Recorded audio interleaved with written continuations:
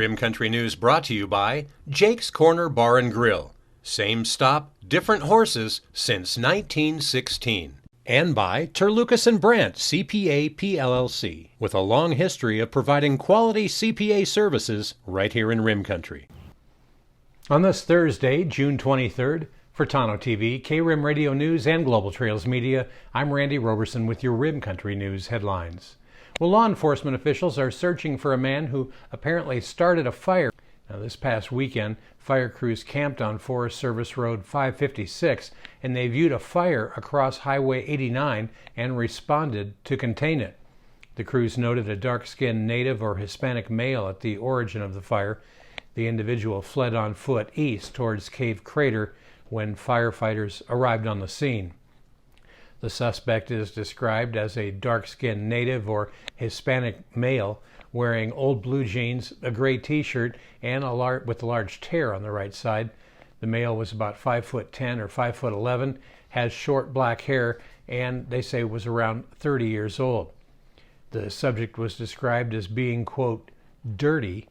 The fire was on the east side of Highway 89, south of Landfill Road, and was originally just about 2 foot square when they arrived on scene, and then it engulfed a log that the suspect had been near. Well, the U.S. Forest Service investigators are on the scene, and they've collected potential items of evidence at the start location.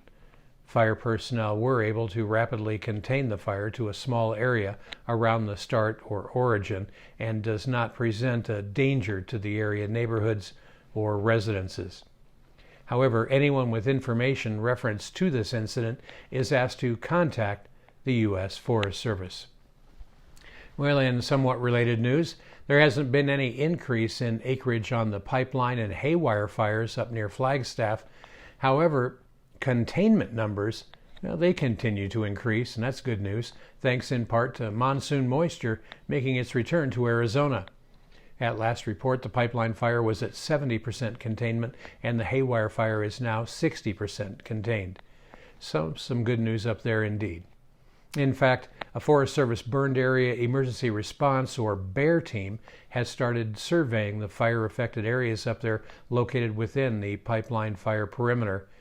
Now here you can see Coconino National Forest hydrologist Kyle Paffett and Rob Ballard inputting data that the BEAR team gets to work rehabbing that area.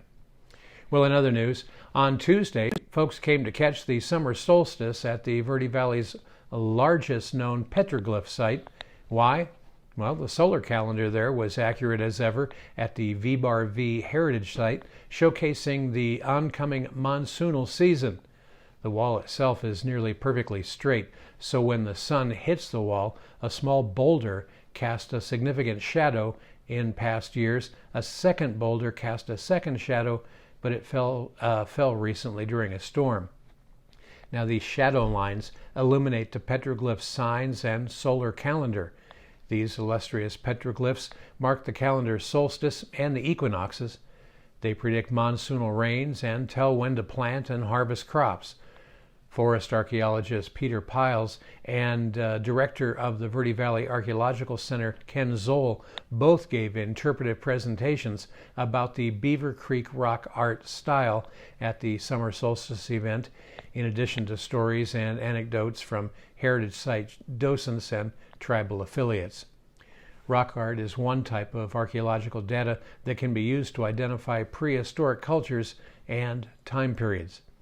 Various styles of rock art have been identified based on kinds of elements, unique elements, relationships between elements, and manufacturing techniques. Now, by making these observations, various rock art styles have been defined for the prehistoric Southwest. One of these styles, the Beaver Creek style, has been identified through the studies of rock art sites in the Beaver Creek area, especially there at the V-Bar-V Heritage Site. Now, they say that research has resulted in the definition of the Beaver Creek style, which is diagnostic of the southern Sanawa, that's between AD 1150 and 1400. Well, speaking of monsoon moisture, Showers and storms are expected across the majority of northern Arizona through the next several days. Now, this early monsoon pattern is forecast to stick around through the weekend and into the beginning of next week as well. Gusty winds, localized heavy rainfall, and potentially new fire starts due to lightning are the main concerns through the next 7 days. A complete report on your 7-day forecast for Rim Country is coming up next. You're watching Rim Country News. Jake's Corner Bar and Grill. It's not just a bar, it's a destination. Jake started out as an Arizona stage stop way back in 1916, and folks have been stopping here ever since. Jake's also has been famous as a popular stopping spot for travelers headed to Rim Country or Roosevelt Lake. But as more people discover this historic stop, more and more, it becomes the destination. It was even featured in the 2008 movie Jake's Corner and later featured at the Sedona Film Festival. Ice-cold beers from the tap, imported or specialty beers, a generously stocked full bar, and great food that keeps you wanting to come back again and again. Enjoy a game of pool inside or step out and enjoy the covered patio and outdoor bar with live entertainment and much more. We hope to see you soon at one of the most historic stopping spots in Arizona, Jake's Corner Bar and Grill. It's not just a bar, it's a destination. Hi, I'm Michael Dowling with the Old County Inn and Pinewood Tavern. So we've been using Terlucas and Brandt probably for the last 4 years. They've been really awesome to work with, Amy and Marguerite. They do everything now from pretty much all of our payroll needs, pay all of our taxes. They even help us on Fridays to pick up our checks, which is great since they're local. But I pretty much use them for everything. They've been awesome to work with, and they take off all the things I don't have to worry about as far as taxes go, so I can concentrate on my business. But as for now, they're pretty much doing all of my personal taxes, all of our payroll needs, all of our business taxes, and very affordable and just awesome to work with, and they're local. So we really appreciate them, and they've been a great partner with us so far.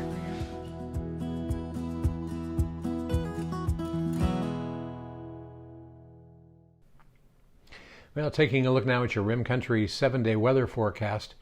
As the afternoon hours begin to roll around today, the daytime heating, along with the already available moisture, will be likely to be enough to spin up a few showers today.